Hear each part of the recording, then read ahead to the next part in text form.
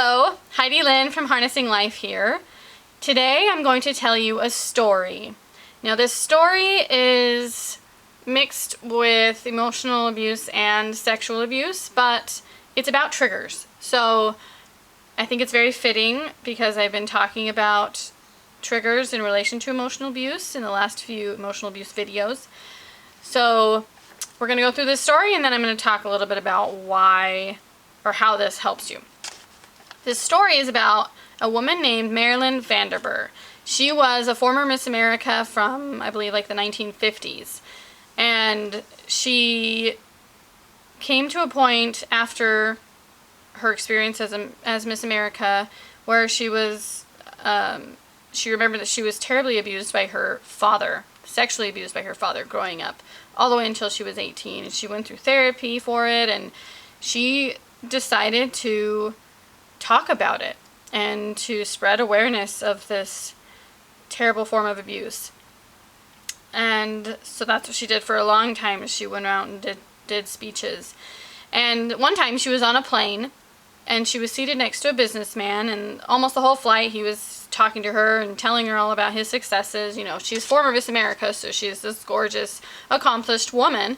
And when the flight was almost complete, he turned to her and said, "Well, you know, I've been talking about myself this whole time. What do you do?" And she was like, "I don't think you want to know."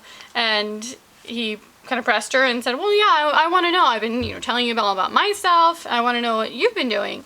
And so finally she tells him, "Oh, I was former Miss America, and, then I was terribly abused by my father growing up, and so now I go around and do speeches." And she was telling him all this part of her story, and this is a businessman, so he was probably not used to emotional topics like this, maybe, and so he started getting these wide eyes and kind of freaking out a little bit, and she knew that triggered her.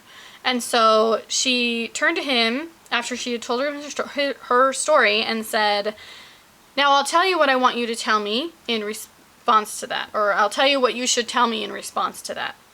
And he's just kind of like nodded his head, and she turns to him and says, "Turn to me, look me in the eyes, and say, 'I'm terribly sorry that happened to you.'"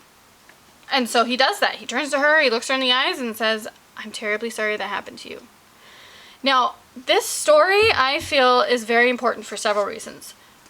One, she knew what triggered her. She knew that if she was telling her story and he reacted a certain way, that she would be triggered and revert back into this shame that she felt for her experience.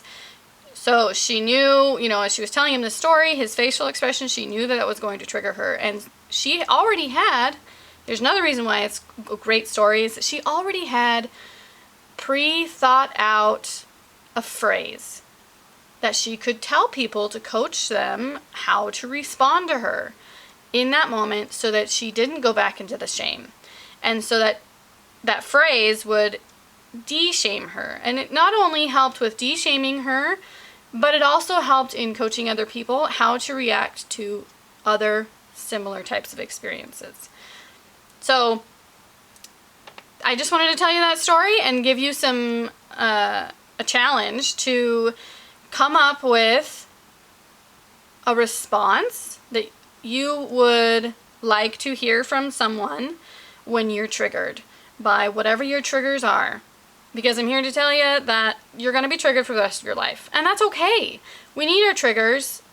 It would be terribly boring in this world if everyone agreed and no one disagreed. That would be awful. We need variety, and we need differences of opinion. And so you're going to be triggered and you're going to be offended, and that's okay. Just know how to respond and how to help other people respond to you, especially for forms of abuse that you have been through. So know your triggers. First of all, you need to know your triggers. Then have a response ready for someone who you're talking with, who might start getting, glossy-eyed, or who might just not know how to respond, especially family or intimate partners who just don't know how to respond to your experiences.